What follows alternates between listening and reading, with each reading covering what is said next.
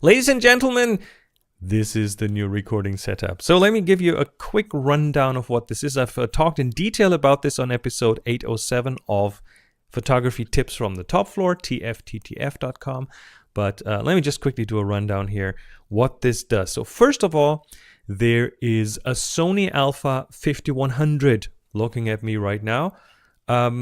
And its HDMI output goes into a Blackmagic Ultra Studio Mini recorder, which is a converter. It takes HDMI and converts it into Thunderbolt, and then the computer can see this. At least most programs on the computer can see this as a webcam, so that one works fairly well.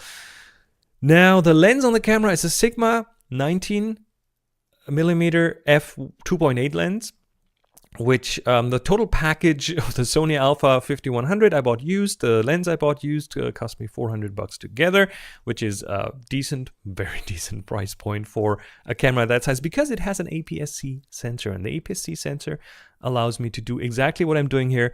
The sensor size on my on my Logitech C910 looks like this, and it's just very different looking. It has to do with the sensor size and with the lens and the aperture and everything. So that is a solution for my very specific use case here. And the very specific use case is me sitting here talking to the camera. There are a few issues here that I had to overcome. Issue number one is the lens has, at least some models of that lens, probably not all as I've read, but this specific lens has focus jitter, and quite a few happen to have that, if I can trust what I read online. So focus jitter means the focus goes very quickly, goes in and out slightly, and on a bigger screen that just looks horrible. Don't want that. So I had to go manual focus on that lens. I could buy the Sony 20 f2.8, but yeah, it's expensive. At least more expensive than this one. So I have this one. It works in manual focus, but yeah, it's manual focus. I move away, I go out of focus. I come closer, I go out of focus. So it's only the range here around my eyes that is in focus right now. Well, I have to live with that. So a second problem the camera has is it does what's called skin smoothing. Let me, okay, here we go. Let me enable that. And you can see that my skin goes all like wax and it doesn't look nice. And but then it cuts in and out. If I cover part of my face, it cuts out and then it comes back in again. And I don't want to look like that. It's not me. And the camera does that on the HDMI output. And there is not a real good workaround. Well, at least that's what I thought. There's one workaround that you can do, and that is to press record. So you have to press the record button. I thought it's a bug in the firmware, by the way.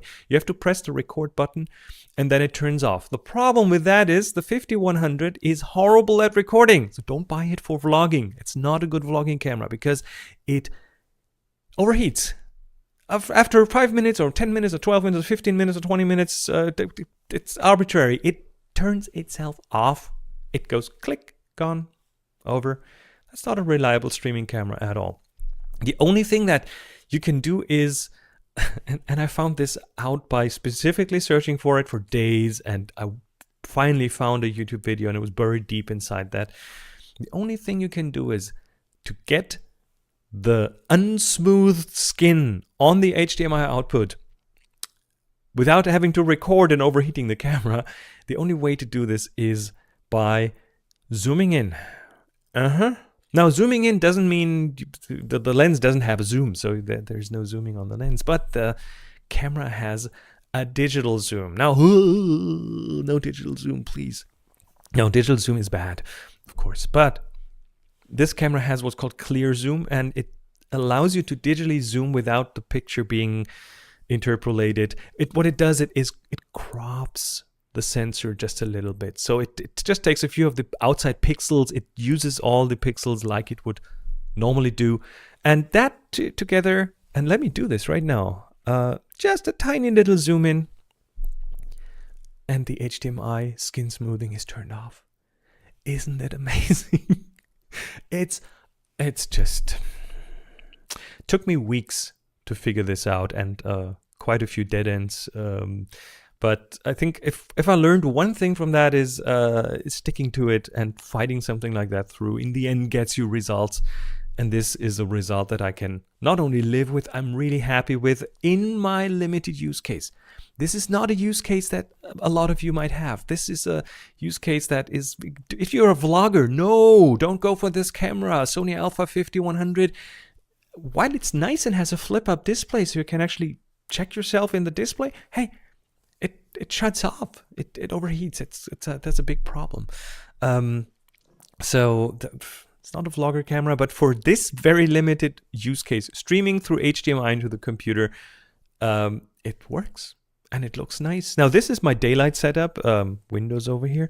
Normally I have the set lit with, let me turn this on just to show you. There are some lights here. Now it's getting too bright because I don't have the ISO set for this, and the white balance is wrong and everything. But you get the idea. I like this. I like the look. I like the slight out of focus background. It is exactly what I wanted to do, and that cost me $400.